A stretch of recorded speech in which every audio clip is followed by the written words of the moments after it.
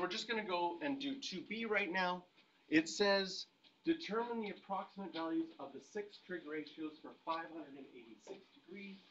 So we want to find sine of 586 degrees, cos of 586 degrees, and tan of 586 degrees, as well as reciprocals.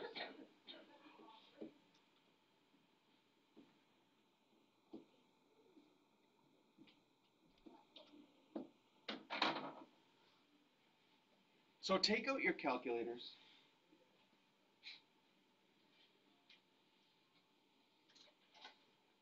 And see if you can get the same values that I get for sine, cos, and tan of 586 degrees.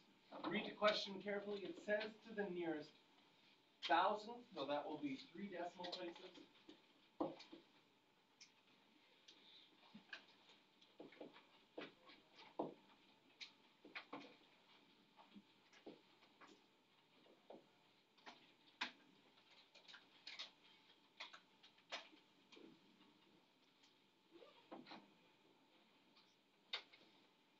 If you're getting different numbers on your calculator, like when you type in sine of 586, if you get something other than negative 0.719, it might be that your calculator is not in degrees.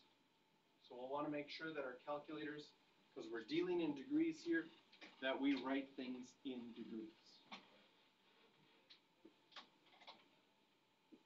Anybody get something other than negative 0.719?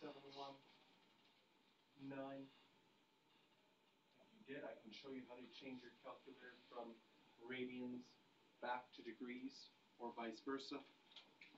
Then, in order to figure out the reciprocal ones, because you have a sine, a cos, and a tangent button on your calculators, but not a cosecant, secant, and cotangent one. So if I want to find cosecant, I can type in 1 over sine. And if I do that, I get negative 1.390. Same thing for secant. I do 1 over cos, negative 1.440, and 1 over tan, 0.966.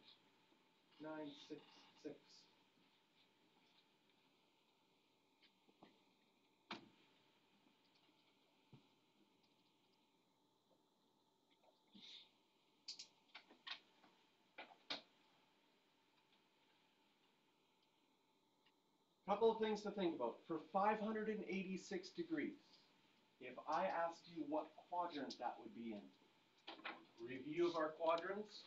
This is quadrant 1, this is quadrant 2, this is quadrant 3, and this is quadrant 4.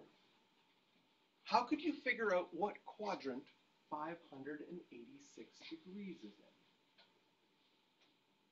Okay? I'll share with you 2 methods, but I want you to think about it for a second. See if you can come up with what quadrant 586 degrees is in.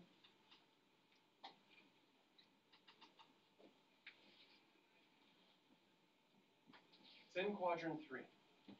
Hopefully you were able to get it. How did I figure out it's in quadrant 3? Well, one thing I could do is I could imagine this is 0 degrees, this is 90 degrees, this is 180, 270, and all the way around is 360. So if I subtract 360 degrees off of 586, I get 226 degrees. By subtracting 360 away, I'm getting a coterminal angle, an angle that ends in the same spot. So 586 degrees ends in the same spot as 226 degrees. 226 degrees then, I look and it's like, oh, that's easy. That's in quadrant 3. So that would be one way that I could find out that 586 degrees is in quadrant 3. The other way that I could figure it out is I could have used my past rule. Look at all my answers. Sine is negative, cosine is negative, but tangent is positive. In what quadrant is only tangent positive? That also would tell me it's in quadrant 3.